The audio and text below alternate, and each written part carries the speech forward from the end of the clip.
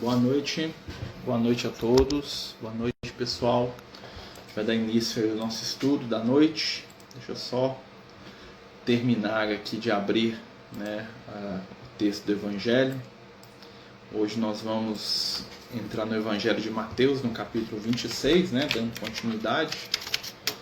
Vamos lá, Mateus 26. Boa noite a todos. Vamos dividir a tela aqui. Boa noite, pessoal. Enquanto o pessoal está entrando, nós estamos abrindo aqui, lembrar, que nós estamos terminando o Evangelho de Mateus, depois que a gente terminar, a gente pretende talvez fazer um estudo sobre o Atos dos Apóstolos, e a gente vai continuar, de onde a gente parou na semana passada, nós estávamos no capítulo 26.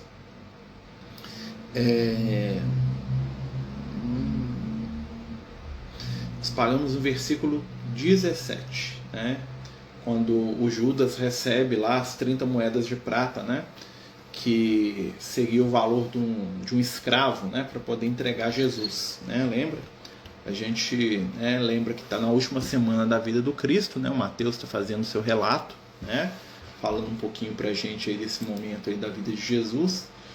Vamos lembrar, sempre que a gente estuda o Evangelho, a gente fala isso, mas é sempre bom reforçar, que o Evangelho, ele não tem por objetivo contar tudo que aconteceu na vida de Jesus, Ele vai pegando recortes, principalmente daquilo que os discípulos, consideravam mais importante. Então, quando a gente está lendo o Evangelho de Mateus, nós estamos vendo, aquilo que impactou mais esse discípulo de Jesus, aquilo que é aquela informação espiritual, que tocou, de maneira mais profunda esse apóstolo, tá, gente? Então, quando a gente está estudando, a gente sempre lembra isso, Então, assim, até porque, as poucas páginas dos evangelhos, vamos botar aí 20 páginas cada um, isso jogando para cima, que tem alguns que são menores que isso, são incapazes de guardar tudo que aconteceu na vida de Jesus, anos e anos e anos, Os amigos espirituais até falam, tem uma história do Liel que ele conta pra gente, que eles estão estudando a vida de Jesus no plano espiritual, e eles estão estudando todos os dias da vida de Jesus, e tem 200 anos esse estudo já, no mundo espiritual, e Jesus está falando, ele está começando a aprender a falar, Jesus está lá com 2 para 3 anos de idade ali, e eles estão estudando todos os dias tudo que aconteceu no entorno, materialmente, espiritualmente, Então eles vão estudar a vida de Jesus aí nos próximos milênios aí, até chegar lá, aos 30 e poucos anos, que é quando Jesus desencarna, gente? Então o objetivo nosso aqui é pegar o recorte do Evangelho, não só para a gente aprender, para servir para a gente de estímulo aí diante das questões do espírito imortal, como também, para a gente retirar dessas lições o que nós necessitamos para o nosso desenvolvimento espiritual. Então a gente vai fazer a prece agora, e damos início aí, ao estudo do Evangelho, tá certo? Vamos fechar os nossos olhos, elevar o nosso pensamento a Jesus, pedir que neste momento o Mestre e amigo nos auxiliem na jornada do entendimento e da paz. Senhor, ajuda-nos a compreender os teus ensinos e, acima de tudo, a vivenciá-los na esfera do coração, do sentimento e da paz. Fica conosco, Senhor, hoje e sempre, que assim seja, graças a Deus.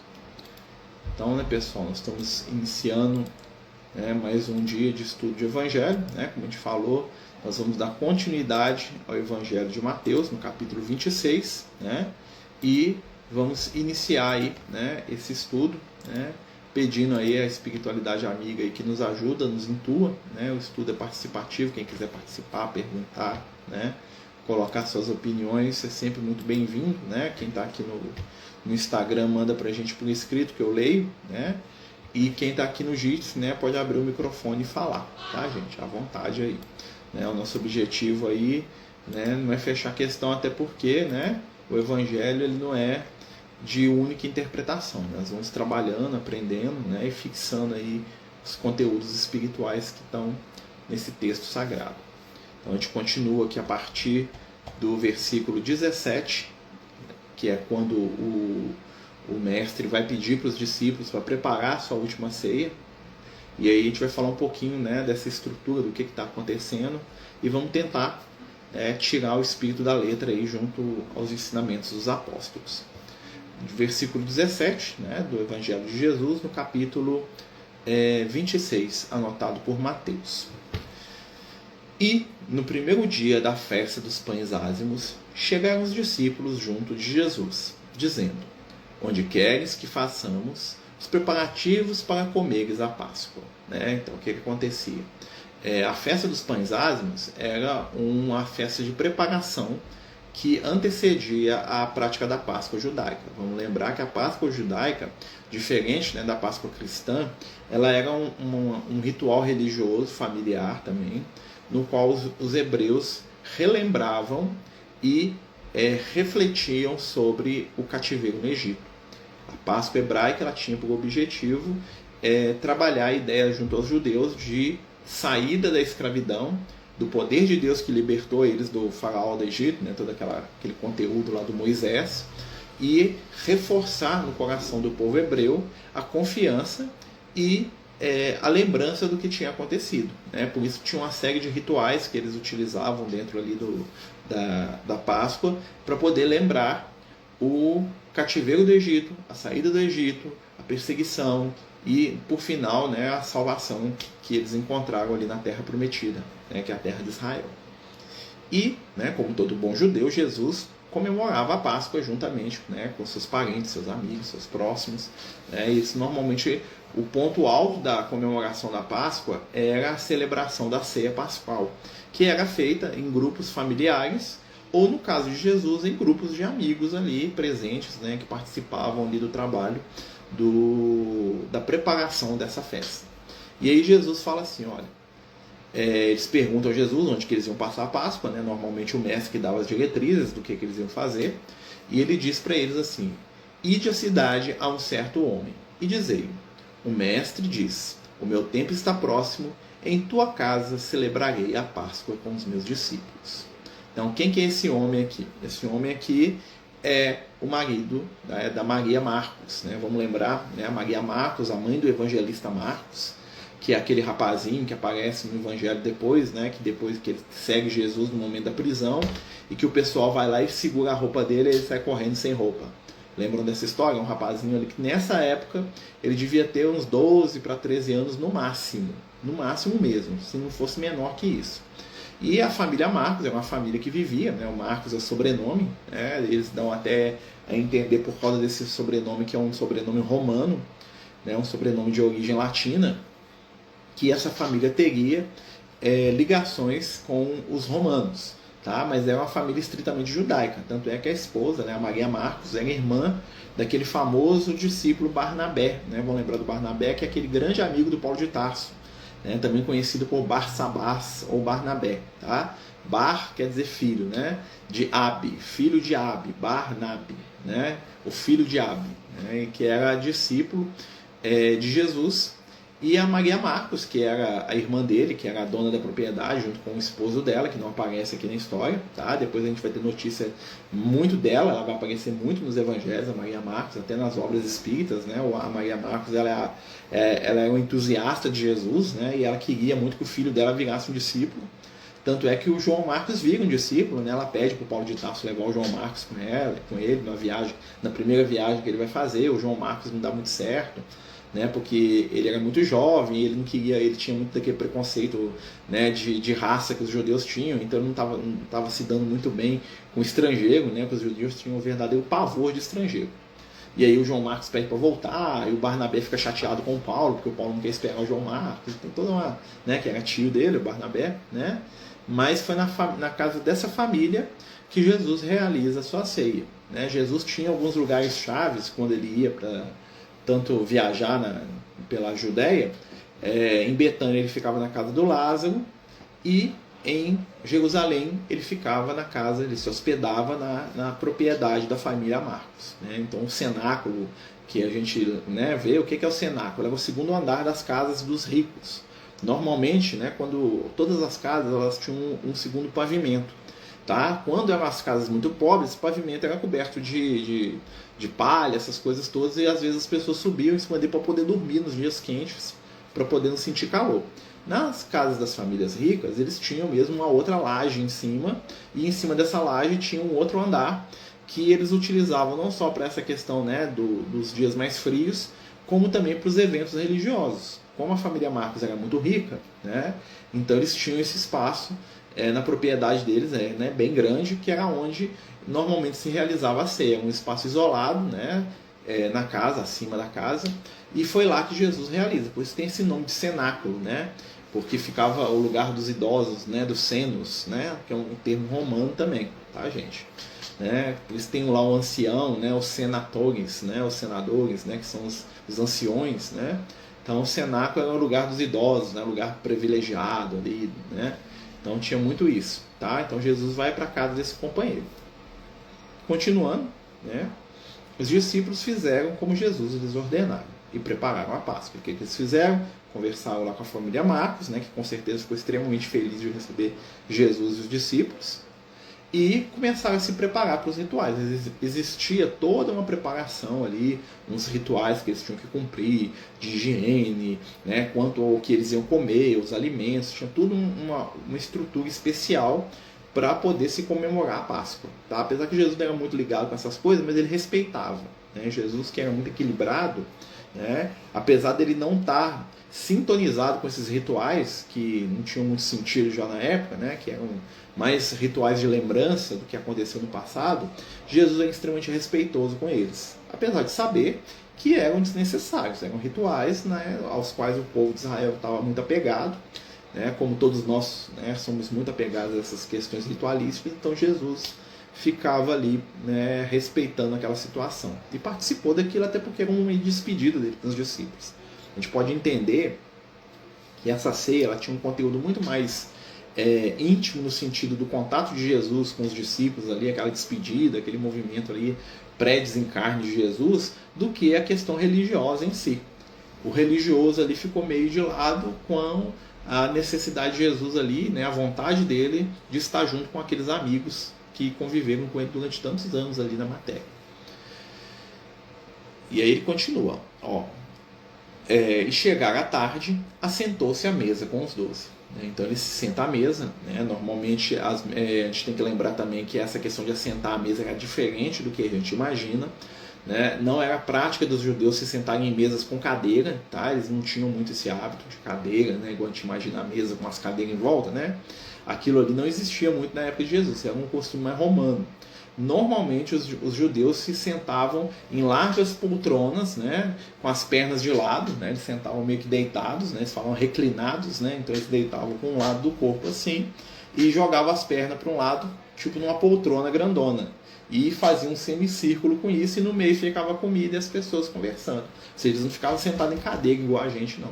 Isso era raríssimo, tinha, mas não era comum, principalmente numa festa dessa. Né, mas o assentar-se ali, né, dá a entender que eles participaram do ritual. Sentado à mesa com os 12. Né? Interessante que o Judas está aqui ainda. Né? E o número 12 é sempre interessante te lembrar, né? Importante, porque dentro do Evangelho existe um simbolismo muito grande. Os números têm um simbolismo. Um simbolismo quase que de vocabulário mesmo, tá, gente? Não é um simbolismo de mística, não. Muita gente confunde, né, a nomenclatura numérica que a gente vê lá nos Evangelhos, na Bíblia, como alguma coisa mística, mágica. Na verdade, não. Né? É muito mais simples que isso. Os números tinham significados. Então, quando você falava um determinado número, ou alguma situação se repetia um determinado número de vezes, aquilo tinha um significado simbólico. A gente pode pegar aqui, só para dar uma ideia, né? O número 1 representava Deus, que é o único, é o primeiro. Né? Então, o número 1 era um número que representava a divindade. O número 2 representava o casal, o casamento, a união do macho e da fêmea, né, as polaridades, né, o positivo e o negativo, o homem e a mulher, o dia e a noite. Né, o número 3 simbolizava a ideia do quê? Daquilo que era completo. Tá? Tudo que é completo era 3, por isso tem a trindade, né? Por isso que a família ficava completa quando tinha um filho, o pai, a mãe e o filho. Né? Claro que podia ter vários filhos, mas a ideia conceitual, né? O pai, a mãe e o filho, a família completa. Tá? Por isso o número 3. O número 3 também remete ao reino mineral, né? Que é a solidez, é a durabilidade. Tá? Então, quando aparece na Bíblia o número 3, ela está falando de solidez, ou de algo que é completo, ou está dando uma dica sobre alguma questão de família, a essência familiar. Por isso que o pessoal criou a ideia da trindade depois, apesar dela ser uma ideia equivocada ali, né? Mas tem a ver com isso. O número 4 é a família que se expande, né? O número 4 é um número que os judeus gostavam muito, né? Porque em até algumas culturas o número 4 representava a ideia da morte, tá? Mas para os judeus não, o número 4 representa a família que se multiplica, tá? Por isso que o número 4 está muito associado também com os vegetais, aquilo que se planta, né? Muita gente fala que o Caim, né? Que a marca de Caim era o número 4, tá? Isso é simbólico, tá, gente? Sabe que Caim é um personagem que não existiu, né? Mas lá na lenda do Caim, quando ele mata o Abel, né? Ele recebeu a marca de Deus. O pessoal fala que é o número 4. Muita gente fala que é, tá? Por quê? Porque o Caim era agricultor. Então ele trabalhava aquilo que se multiplica, o 2 vezes 2, né? A ideia da reprodução, do que se multiplica. Então o número dos vegetais, das plantas, do reino vegetal é o número 4. Né? O número 5, que é o número do quê? Do trabalho, né? As mãos, 5 dedos da mão, né? Por isso que é o trabalho. Né? Por isso que lá na parábola lá dos talentos, o companheiro recebe 5 talentos, ou seja, uma missão no campo do trabalho. E é também o número dos animais, tá? Porque é o que antecede o número humano, né? O número 5 representa tanto o trabalho quanto o reino animal, tá? Então os animais, apareceu 5 na história, tem a ver com o trabalho, com esforço de trabalho, ou com o animal, né? O número 6, né, que é famoso aí, né? O número 6 é o número do ser humano, representa a gente, né? O número 6 ele representa a ideia do que é imperfeito, tá? O número 6 ele é imperfeito. Então o número 6 ele representa a humanidade, nós que ainda estamos buscando e galgando o processo do aprimoramento espiritual do ser humano, né? Por isso que o número 666, ó, 6 3 vezes, lembra do 3? Né? Então é imperfeição completa, que é o nosso estado evolutivo. O número da besta, lá lembra do Apocalipse, né? 666, o que é isso? Imperfeição completa, só isso. É o número do homem, né? Tá, Jesus dá até uma dica lá para o João Evangelista, né? Então qual que é o nosso número espiritualmente falando? 666. É mágico? Não, significa o quê? Que nós somos ainda seres incompletos, imperfeitos, né? Assim como o próximo número, que é o número 7, é o número da divindade. É o número da perfeição, né? Lembra, lá nos dias do Gênesis, Deus trabalhou até qual dia? Até o 6º, quando ele criou o ser humano. E no 7º dia, Deus percebe que a sua obra é perfeita e descansa. Isso é tudo simbólico, né, gente? Então o número 7 representa o quê? O momento, a espiritualidade. Representa o equilíbrio, representa a perfeição. É o número de Deus, é o que está perfeito, o que está completo, porque a obra de Deus é perfeita. No 7º dia, ele percebe que a obra é perfeita. Tudo isso é simbólico, tá, gente? Não vamos imaginar Deus voando no espaço com uma varinha de condão criando as coisas, né? Assim que funciona, né? Deus cria as coisas dentro das leis da natureza que Ele mesmo criou, né? Então Deus é o ponto de partida e as coisas vão se estruturando a partir das leis que Ele estruturou para o nosso universo, né? Então todas as questões que a ciência vai trabalhando obedecem à destinação divina. Na verdade, a ciência descobrindo como que Deus cria, tá? Não está antagônico a Deus, não.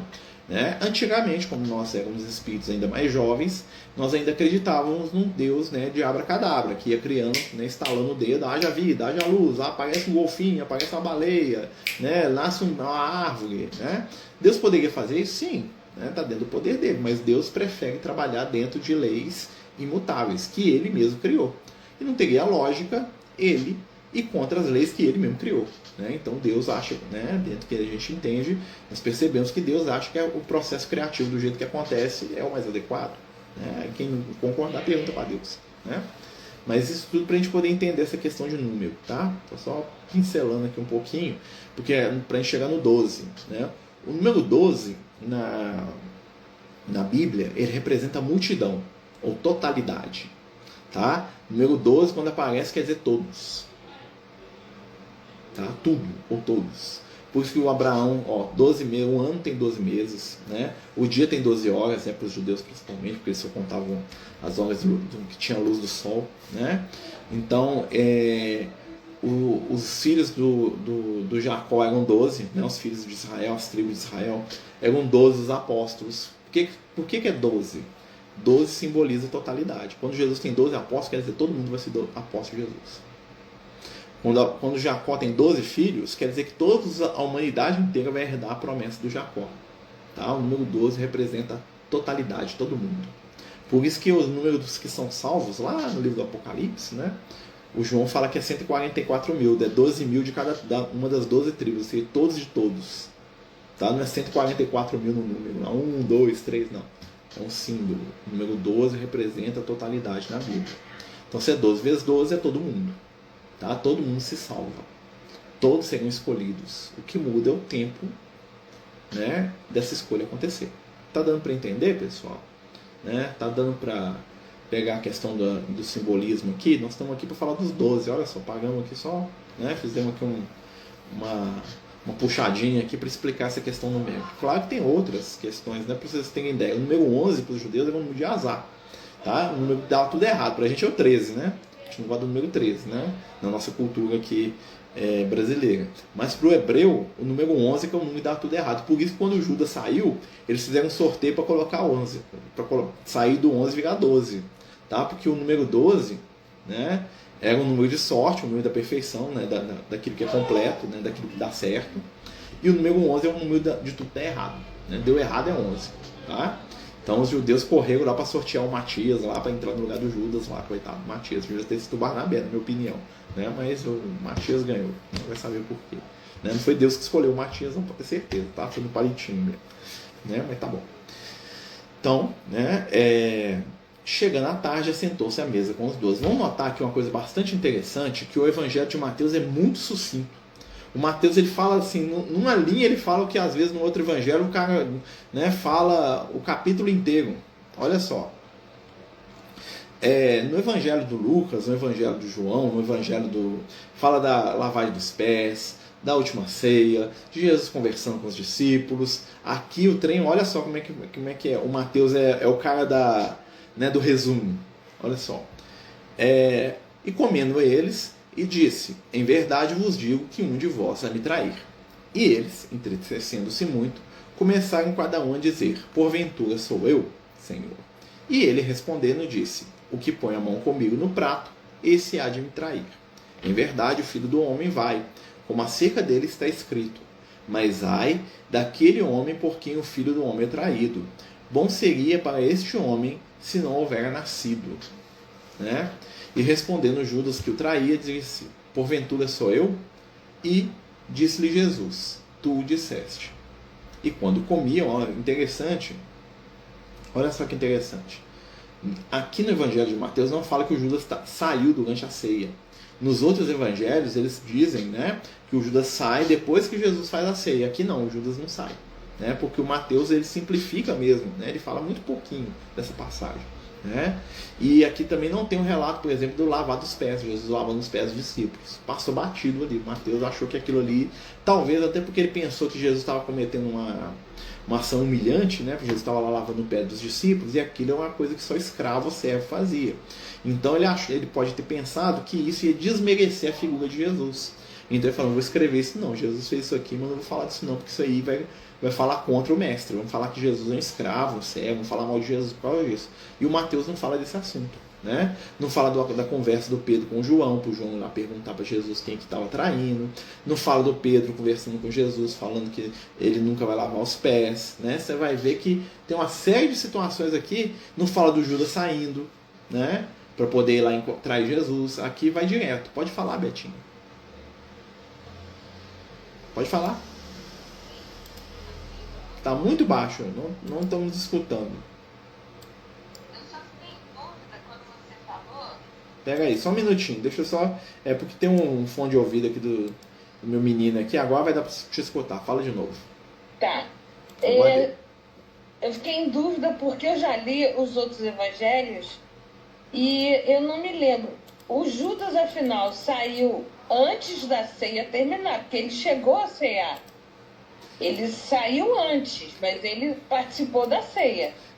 Ele participou de uma etapa da ceia, tanto é que ele conversa com Jesus lá, né? Ele não participou daquilo que o pessoal chama de consagração, que é quando Jesus pega o cálice, divide, e aqui é o meu sangue. Essa parte o Judas não assistiu, tá? Pois é. Só que aqui no texto, o que acontece? O Mateus não faz referência nenhuma que que o Judas saiu antes disso acontecer. Nos outros evangelhos, né, principalmente no evangelho do João, né, o João ele detalha um monte de coisa que acontece, ele detalha o sermão de despedida de Jesus, né, porque aquilo ele impactou mais o João. Eu imagino que o João ficou mais sensibilizado com aquela situação toda, né? O Mateus não relata, né? Então o Mateus ele é muito, vamos dizer assim, direto com o que ele está falando. Então, assim, nesse caso aqui, não é dito que o Judas saiu, tá? No Evangelho de Mateus aparece. Olha só, vou só continuar aqui para a gente perceber, ó. Tá bom, obrigada. Beleza. E ele fala aqui, ó. Quando comiam, tomou Jesus o pão, abençoando e o partiu e deu aos seus discípulos, dizendo: tomai e comei, este é meu corpo. E tomando o cálice, dando-lhe graça, disse: bebei dele todos, porque isto é o meu sangue, sangue do Novo Testamento, que é derramado por muitos para a remissão dos pecados. Olha só que interessante. Olha só, né? O texto do Mateus aqui, ele é totalmente simplificado. Como eu falei, não fala do Judas, né, ter saído, né? Jesus fala com ele assim: o que deves fazer, faze rápido. Ele não tem, né?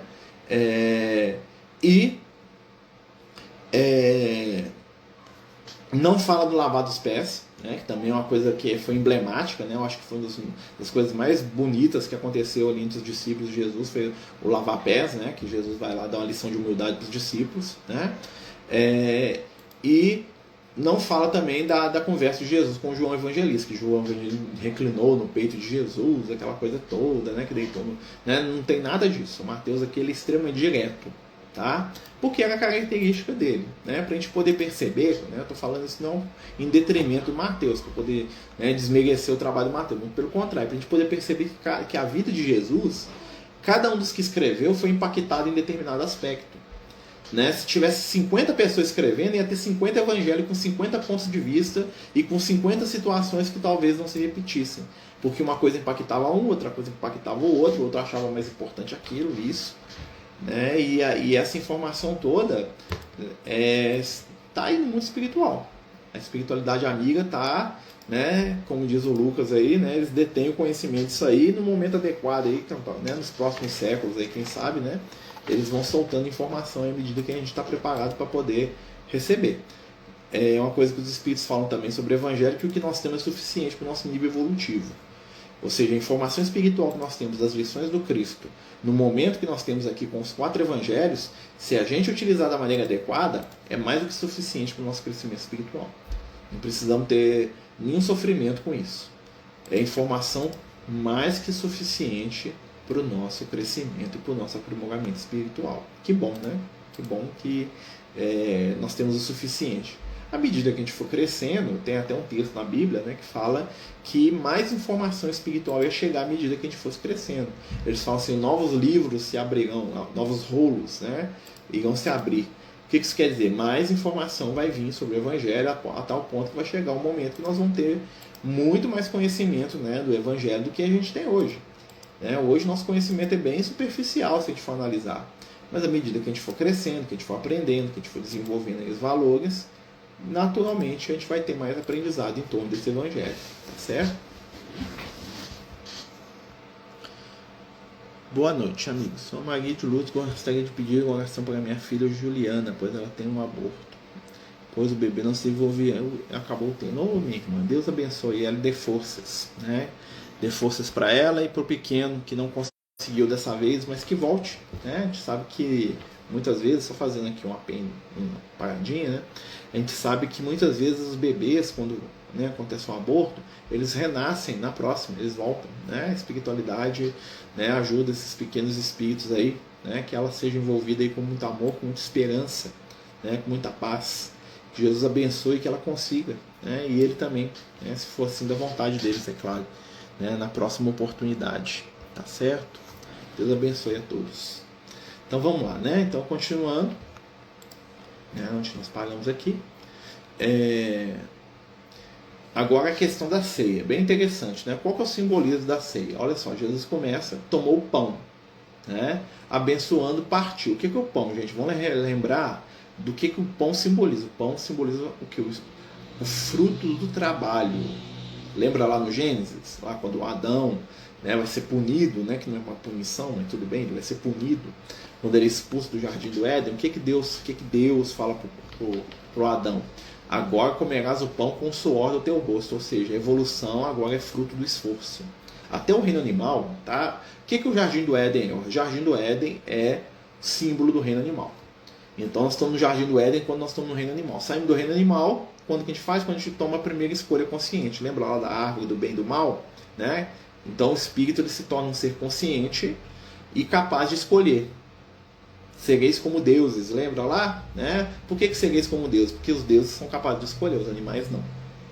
E aí, quando a gente toma a nossa primeira decisão consciente, nós somos expulsos do jardim do Éden, não vamos voltar nunca mais, nós não vamos voltar para o reino animal, né? E o que Deus fala pro Adão? Agora comerás o pão com o suor do teu rosto. O que isso quer dizer? Evoluir agora é fruto do seu trabalho. Esforça que você cresce. Esforça que você evolui. Esforça que você se aprimora espiritualmente. Esforça que você se transforma num ser melhor. A sua evolução agora é fruto do seu esforço. E aí Jesus pega o pão, ou seja, o fruto da evolução dele, e divide com os discípulos, que é o grande papel do mestre. O que o mestre faz? Ele pega o conhecimento que ele tem, a experiência que ele tem, e ele divide. Ele utiliza da experiência dele a nosso favor. Quer dizer que a minha evolução agora vai ser a de Jesus? Não, quer dizer que ele vai pegar a experiência dele e vai usar pra gente. Tomai e comei, pois é o meu corpo. Né? Por quê? Porque a evolução se dá no corpo físico.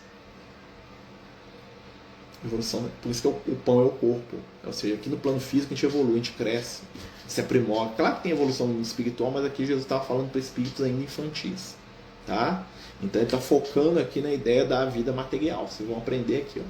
Tomar e comer o meu pão, ou seja, sigam o meu exemplo de trabalho. E aí vocês vão ter a vida. Tomando o cálice, né? Dando graças, deu-lhe, dizendo, bebei dele todos, porque é meu sangue. O que é o cálice, gente? O cálice é onde guardar o vinho, né? E o que é o vinho, senão o aprimoramento da água? Lembra que Jesus transforma a água é a vida material. Tá? Símbolo da água, vida material. Por isso que a gente nasce da água, a vida material. Encarnei, né? Entrei na água. E eu posso pegar essa água e transformar essa água em quê? Em vinho. Que é o que? Utilizar a oportunidade da minha encarnação para crescer e despertar os valores do meu espírito. Então o vinho representa, né, a evolução espiritual que eu transformo a partir da minha vida material. Ó, tem um look aqui. Boa noite, pessoal, né? Boa noite, desculpa interromper. Interrompa. Então fala rápido. Só desculpa, é porque aí O que você precisa? eu tava querendo perguntar se quantas horas acaba aí. Daqui 20 minutos. Tá bom? Daqui 20 minutos. E agora. Olha lá. 36. 9 horas acaba. Então vamos lá. É porque quer usar o computador. Deve ser fazer um trabalho agora, tá com caderno, né? Então continuando, né, gente? Então o sangue representa o quê? A vida material utilizada para desenvolver o espiritual, né? Este é o meu sangue. O que é sangue? É essência. O sangue de Jesus é a essência dos seus ensinamentos. O sangue de um novo testamento, né? Não é aquela coisa sangrenta, né, que você corta o pulso lá. Não é isso. Não. O sangue aqui está dizendo a alma da coisa. É a essência do Cristo. Seus ensinamentos. O sangue de uma nova aliança. O que é essa nova aliança? A nova aliança é aquela da igreja católica, né, com todo o respeito que nos merece, né, que é uma série de rituais. Não. A nova aliança é um novo nível de compreensão. Por quê? Porque o Abraão, ele tinha uma aliança com a espiritualidade em torno do medo. Jesus vai construir uma aliança conosco em torno do amor. É a lei de justiça do Antigo Testamento, que é a antiga aliança, né? O olho por olho, dente por dente, né? Causa e efeito, ação e reação, né? Quem morde vai levar mordida, quem trai vai ser traído, quem engana vai ser enganado. É a lei do Antigo Testamento. E aí vem o caminho sobremodo excelente, o Paulo de Tarso postava o caminho sobremodo excelente, né? Que é o que? A lei do amor. Agora não tem mais lei de Moisés para quem está no caminho da lei de amor. É esse que é a nova aliança que Jesus está trazendo. O que isso quer dizer? Você pode escolher o caminho do amor. Então, quando você comete um erro, né, quando a gente comete um erro, o que acontece? Se eu não escolho nada, eu fico preso na lei de Moisés, ou seja, causa e efeito. Roubei, você roubado. Trair, você traído. Por quê? Porque eu vou aprender que não se deve roubar sendo roubado. Eu vou aprender que não se deve trair sendo traído. Eu vou aprender, né, na reação do ato que eu cometo. Mas vem Jesus e traz o quê? A nova aliança. Porque a nova aliança é a aliança do amor. Lembra lá a frase do Pedro? O amor cobre a multidão do pecado. O que isso quer dizer? Errei, não preciso mais de causa e efeito. Lei do amor resolveu o problema. Errei, roubei, matei, fiz errado, mas agora eu estou na onda do amor. O amor cobre a multidão do pecado. Olha só que interessante. Né? Sangue que é derramado por muitos para a remissão dos pecados, né? Porque a gente tinha, né, o pessoal que tem uma visão mais limitada entende que tipo assim, Jesus morreu e acabou o pecado, né? Como era com os animais de sacrifício na época de Jesus, né? Você tinha um pecado lá no tempo, que cortava o pescoço lá desde uma pombinha até um boi, e aquele sangue que derramava lá resolvia o problema, tá? Isso é simbólico, tá? Por isso que Jesus não era muito chegar nesse sacrifício de animal que eles faziam, porque eles entendiam o símbolo como algo concreto, então eles matavam os coitados bichos, tá? Mas aqui o sangue que ele está falando aqui é a essência. Você entender a essência do Evangelho, você vai mudar a sua forma de lidar, e aí você vai vencer o pecado. Como que a gente vence o pecado? Com a lei do amor. Tem duas formas de vencer o pecado. O que é o pecado? Tudo aquilo que eu faço que fere minha consciência espiritual. Ou seja, quando eu roubo, quando eu mato, quando eu estupro, quando eu cometo um crime, a minha consciência fica maculada com aquilo. Então, tem dois caminhos. É a lei da justiça, ou seja, eu passar pelo crime que eu fiz para poder melhorar. Tem a lei do amor. A lei do amor é aquela que fala o seguinte: o amor perdoou, compreendeu? Não precisa pagar nada. Lembra da história do homem sem braço? Né? O cara matou, sei lá quantos, perdeu, né? Era para reencarnar sem o braço, ou então em determinado momento da encarnação dele, ele ia nascer e ia perder o braço no acidente. Aí o cara reencarna, né, com esse karma de perder o braço lá com 20 anos. O que acontece? Ele reencarna e começa a fazer o bem. E ele perdoa, ele ajuda, ele trabalha, ele movimenta, ele faz tudo que ele pode para ajudar as pessoas. Chega lá no determinado dia, lá que é o dia dele perder o braço, ele perde a ponta do dedinho. Porque o amor dele resolveu quase tudo. Se ele tivesse tido mais tempo, o bobear não perdia nem o dedo. O bobear ele tem uma leve dor no braço. Nossa, eu tô com uma nevralgia aqui, eu tomo um analgésico, resolveu. Bobear nada. Né? Porque a lei do amor, ela suplanta a causa e efeito. A causa e efeito só para quem está na lei de Moisés. Né? O amor é o caminho sobremodo excelente. Ou seja, quem está na lei do amor não é mais alvo da causa e efeito. Por mais absurdo que a gente pense nisso, mas isso é a verdade divina. O amor cobre a multidão do pecado. O ressarcimento no bem, né, desmancha toda a mancha do crime. Só que aí tem o condicionante. Para mim entrar na lei de amor, eu tenho que aplicar a lei de amor para o meu irmão. Ou seja, quando meu irmão me fega, eu tenho que perdoar ele. Se eu exijo justiça para o meu irmão, eu estou exigindo justiça para mim. Então eu saio da onda da lei do amor. Eu tenho a lei do amor aqui, ó, a nova aliança de Jesus. Né? O amor que cobre a multidão de pecado. Né? Mas para esse amor cobrir a minha multidão de pecado, eu tenho que aplicar isso para o meu irmão. Quando o meu irmão errar comigo, eu também tenho que aplicar o amor que cobre a multidão de pecado. Eu tenho que perdoar. Ou então eu tenho que nem me ofender. Entendeu? Mas aí o que acontece normalmente com a gente? A gente quer perdão para a gente e justiça para quem nos ofende. Aí nós quebramos o negócio e voltamos para a lei de Moisés. Porque se eu peço justiça para o meu irmão, se eu quero que o relâmpago caia do céu e puna aquele que me fez mal, eu estou pedindo a mesma coisa para mim. Eu estou me colocando dentro da lei de Moisés de novo. Se eu espero a lei de Moisés, olho por olho, dente por dente, para as pessoas que me agridem ou me ferem, eu estou dizendo para o universo, para mim também. É olho por olho, dente por dente para o meu inimigo, é olho por olho, dente por dente comigo. É lei de amor para o meu inimigo, é lei de amor para mim. Não tem como ter lei de amor para mim e olho por olho para o meu irmão. Se eu peço olho por olho para o meu irmão, eu saio da lei de amor e entro de novo na lei de Moisés. Tá? Porque com a medida que eu julgo, eu sou julgado. Lembra o Cristo falando para a gente? Esse texto aqui do Evangelho é muito interessante. Né? Só que o que acontece? Nós não demos conta muito de entender isso. Nós nos perdemos dentro do ritual religioso, do beber o vinho, do pegar uma hóstiazinha, sentar lá, ficar lá fazendo uma meditação de 5 minutos e ir embora. Quando a essência espiritual disso aqui é muito mais profunda. Está errado quem faz isso? Não, porque cada um está no seu momento espiritual. Mas nós já temos a capacidade de dar um passinho além na compreensão e no entendimento do que Jesus está ensinando. E aí quando nós percebemos que Jesus está nos ensinando uma nova forma de viver, aí nós nos tornamos o quê? Livres. Mas a liberdade, ela vem junto com o quê? Com responsabilidade. O conhecimento, conheci, né? Me deixou livre do pecado. Mas agora eu sou responsável, porque eu sei que com a medida que eu julgo, eu sou julgado. Então, tem dois caminhos. Tem a lei de Moisés, que é para quem não quer, é a lei de Moisés. Né? Não escolher a lei de Moisés. Ou seja, o que é a lei de Moisés? Olho por olho, dente por dente. Causa e efeito. Bateu, levou. Eu quero bater, levou para o meu irmão, então é bater, levou para mim também. Eu quero que o irmão que me arrancou o olho, que ele perca o olho, então quando eu arrancar o olho do outro, meu olho também vai embora por causa disso. É igualdade. Tá? Ah, mas eu quero a lei do amor. Aí a lei do amor abre toda uma porta diferente. Mas eu sou convidado, gentilmente pelo Cristo, a amar o meu irmão. A compreendê-lo. A ter por ele a mesma misericórdia, o mesmo carinho, a mesma afetividade que eu espero que tenho para comigo. Né? Por isso que muitas vezes a gente entra em desequilíbrio íntimo. Por quê? Porque nós somos espíritos ainda conflitantes. Lembra lá do domingo 6? Por que nós somos conflitantes? Porque no fundo a gente quer que Deus haja com a gente com amor, mas a gente quer agir com a lei para o nosso irmão.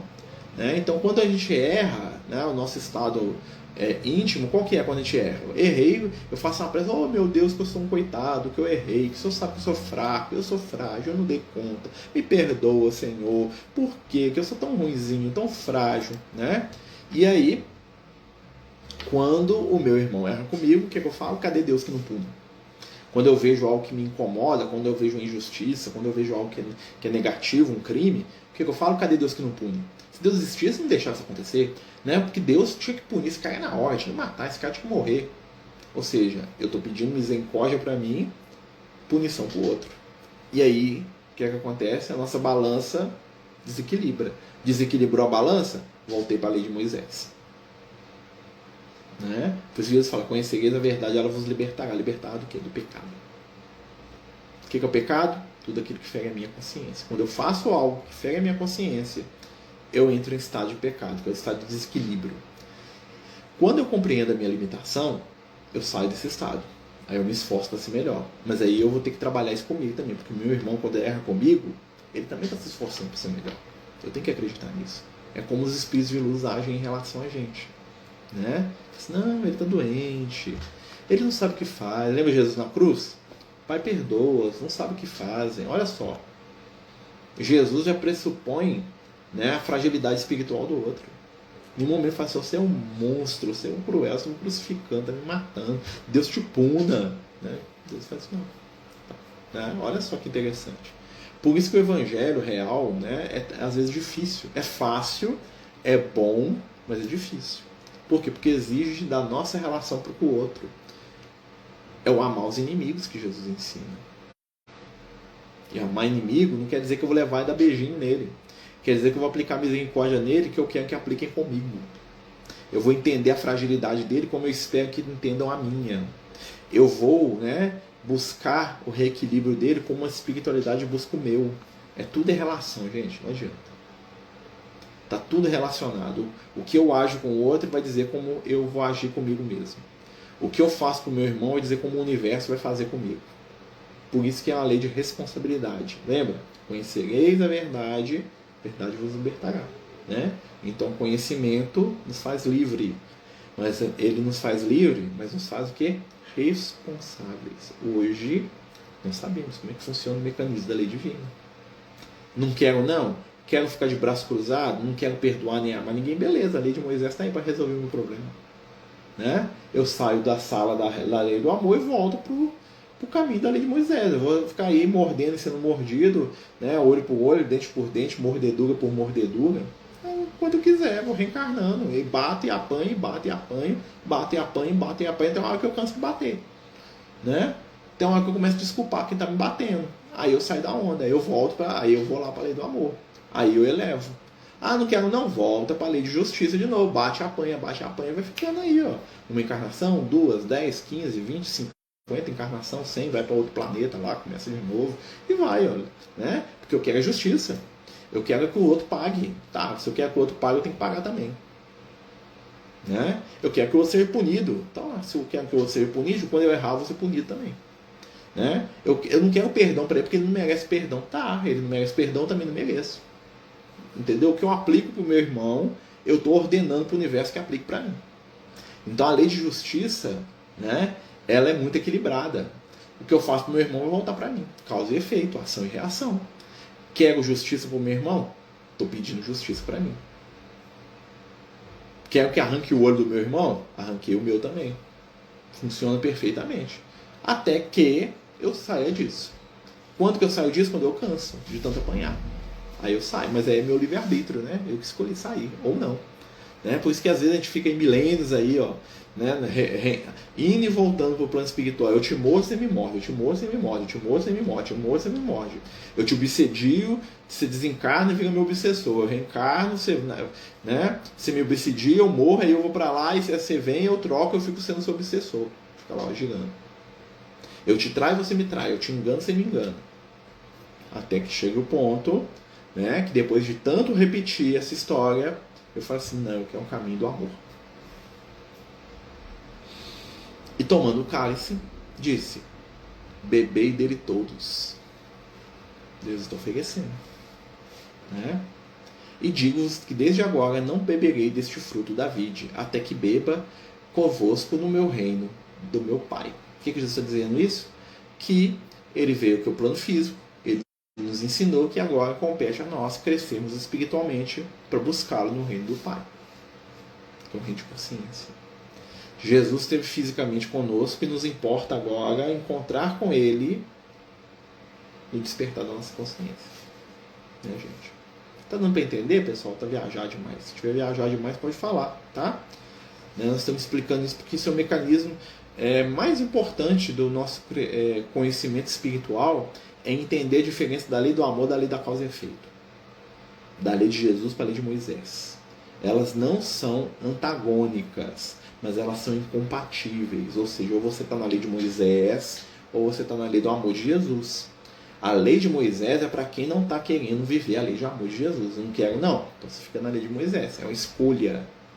Tá? Quem está na lei de Moisés não está na lei do amor. Quem está na lei do amor não está na lei de Moisés. Não dá para estar as duas ao mesmo tempo. Tem como amar e ter justiça. Tem. Não é? Não tem como eu perdoar todo mundo, compreender todo mundo e exigir punição para as pessoas. Não tem. Né? Por isso que muitas religiões hoje, incapazes de entender a lei do amor, o que elas fazem? Elas ficam falando na lei de Moisés. Tudo delas é falar da lei de Moisés, da causa e efeito, né, do Deus lá que cobra, do inferno, do fogo, né, da punição, do proibido, do não pode, que é o que? Isso tudo é lei de Moisés. A lei de Moisés é para espíritos infantis, para espíritos que estão ainda escravizados pelos seus instintos. Ela é necessária, mas ela não é mais importante quando nós despertamos para a lei do amor. Lembra do Paulo falando? Até ontem éramos como servos. Né? Aquele que faz a lei, né? Aquele que vive a lei, escravo da lei. Mas aquele que Jesus libertou, passou da lei, já não precisa da lei. O Paulo falava isso. Né? Nós não precisamos da lei de Moisés. Nós não precisamos, né, de justiça quando nós escolhemos o amor. O Paulo usava o termo graça, né? Os evangélicos gostam muito, que nós estamos na graça, nós não estamos na época da justiça. O que é a graça? Né? O pessoal acha que a graça é tipo assim, eu escolhi, pronto, acabou. A graça que o Paulo está falando ali é a lei do amor. É aplicar amor ao próximo para ter amor na nossa vida. Né? Então o Paulo falou assim, nós passamos da época da justiça, não precisamos mais desse negócio de olho por olho, por isso que o Paulo deu de banda, né? Como diria aqui em Minas, né? O Paulo deu de largo lá, né? Picou a mula da lei de Moisés. O Paulo falou, não precisa nada disso. O Paulo quebrou, você quer saber de Moisés, não, gosto muito de Moisés, mas aqui, ó, passou. Agora Jesus resolveu o problema, né? Jesus é a solução para a lei de Moisés. Aí o pessoal fala, não, que Moisés, mas Moisés já passou, gente. Moisés não é para nós, não. Nós estamos com Cristo aqui, ó. Né? E a maioria das religiões hoje é apegada com Moisés. Por quê? Porque o Moisés, ele tem a mensagem do Moisés, para quem quer controlar os outros, é melhor do que a mensagem de Jesus. A mensagem de Jesus é liberdade, é amor, né? Jesus fala assim, ama, compreende. né? Amar a Deus sobre todas as coisas, o próximo a si mesmo. Aí, ó, a lei dos profetas acabou. Puf, não precisa de mais nada. Não precisa de templo, não precisa de ritual, não precisa de líder, não precisa de nada. Ama a Deus sobre todas as coisas, o próximo a ti mesmo. Faz isso e vive. Isso, para quem é muito religioso, é o fim do mundo, porque perdeu todo o controle. Como é que eu vou? Como é que eu controlo? Como é que eu... Entendeu? Então eu volto lá na lei de Moisés, porque a lei de Moisés tem lá o templo, tem a ordenança, tem o ritual, tem toda a construção religiosa, né? E tem o que? O domínio das consciências. Tá? Porque o Moisés estava falando para criança. Criança não deixa ela fazer o que ela quiser. Jesus está falando para adulto. Moisés está falando para criança. Moisés é a escolinha maternal que não deixa você fazer nada, porque tudo é perigoso. Não põe a mão na tesourinha, não põe a cola na boca, não joga a borracha no coleguinha, toma cuidado onde você sentou, né? É o Moisés. Tudo é proibido. Fica de castigo. Ó, fez errado, fica de castigo. A lei de Jesus, a lei do amor, é a lei da liberdade. Você pode tudo, mas você é responsável por tudo. Você é livre, mas você é responsável, né? Então, para quem gosta de controlar os outros, a lei de Moisés é muito melhor. Por isso que Jesus fala, conhecereis a verdade, verdade vos libertará. Qual que é a verdade? A lei do amor é a verdade. A lei de Moisés é útil? É útil para quem gosta. Fica lá, meu filho, fica aí 1000 anos aí, ó, né? Resolve também, a lei de Moisés ela vai guiar a gente para a lei do amor, né? A lei de Moisés é uma ferramenta pesada que não vai nos ensinar a amar um dia. De tanto olho por olho, dente por dente, uma hora eu vou cansar do negócio e falar assim, sabe uma coisa? Eu quero é amar. Estou cansado de arrancar os olhos dos outros, estou cansado de exigir justiça, né? A justiça, ela é uma ferramenta inferior ao amor. Pois quando a pessoa fala muito de Deus de justiça, ela está dizendo para a gente o seguinte, ela está totalmente apegada à lei de Moisés. Existem espíritos encarnados hoje, a maioria, aliás, né? Que são pessoas que ainda vivem e necessitam da lei de Moisés. O negócio deles é justiça. É olho por olho, dente por dente. Não tem muita misericórdia, não. Né? O Jesus deles é um Jesus distante, um Jesus meio estranho. Né? Se Jesus fala assim, você fala de Jesus, você pensa, é Jesus. Né? Você fala do rei Davi, você fala daquele personagem antigo lá de justiça, a alma do cara até acende. Por quê? Porque o cara quer justiça. O cara quer briga. O cara quer desforra. Né? Isso faz parte do movimento evolutivo. Tá bom, gente? Nós estamos chegando aqui ao final do estudo. Né? Então nós estamos aqui, paramos no versículo 29, né? Semana que vem nós vamos partir para o versículo 30, né? Jesus lá no Monte das Oliveiras, né? Essa despedida de Jesus dos discípulos. E lembrando, né, pessoal, amanhã nós temos tratamento espiritual, né, às 20 horas, 8 da noite, né? E nós estamos aí com os apadrinhamentos do Universo dos Sonhos. Quem quiser apadrinhar uma criança, 2, 10, 15, uma família, né? Nós estamos precisando. Né? Nós estamos aí com umas 130 pessoas ainda para ser apadrinhada ou mais. Né? Minhas contas estão meio por fora, né? Quase 500 pessoas para ser apadrinhado. Quem quiser conhecer o trabalho, hoje no Instagram do projeto, né? Universo.dos-sonhos, né? Entra aí lá no Instagram, ajuda a gente a divulgar. Né? Conheçam lá o trabalho de tantas pessoas. Né, nós vamos falar, né, já tem a mensagenzinha do dia lá, né, agradecemos a todos que participaram, né, pedimos a Jesus que possa nos abençoar e que amanhã a gente esteja aí envolvidos na vibração dos amigos espirituais para o tratamento às 8 da noite, vou lembrar, tá, meus amigos? Quem puder participar, quem puder estar junto com a gente vai ser sempre muito bem-vindo. Quanto mais gente no tratamento, melhor, né, porque o tratamento é aquela união, né, de pensamentos, de energias. E vamos agradecer a Jesus que nos envolve com o seu amor, pedindo que neste momento possamos receber a paz, o entendimento, o carinho. Dá-nos, Senhor, a oportunidade de sermos úteis e nos ensina a escolher o caminho sobremodo excelente, o caminho do amor. Ajuda-nos a perdoar, a compreender, respeitar e conviver, principalmente aqueles que sentem, pensam e percebem a vida diferente de nós. Dá-nos sabedoria, dá-nos esperança e fé, e acima de tudo, ensina-nos a consolar em Teu nome, a amar em Teu nome. Fica conosco, Senhor, hoje e sempre, que assim seja, graças a Deus. Então, meus amigos, boa noite, né? Boa noite a todos. Boa noite a todos. Só respondendo aqui, quanto maior o desequilíbrio, mais presente a lei de Moisés quanto mais a gente quer receber justiça. Né?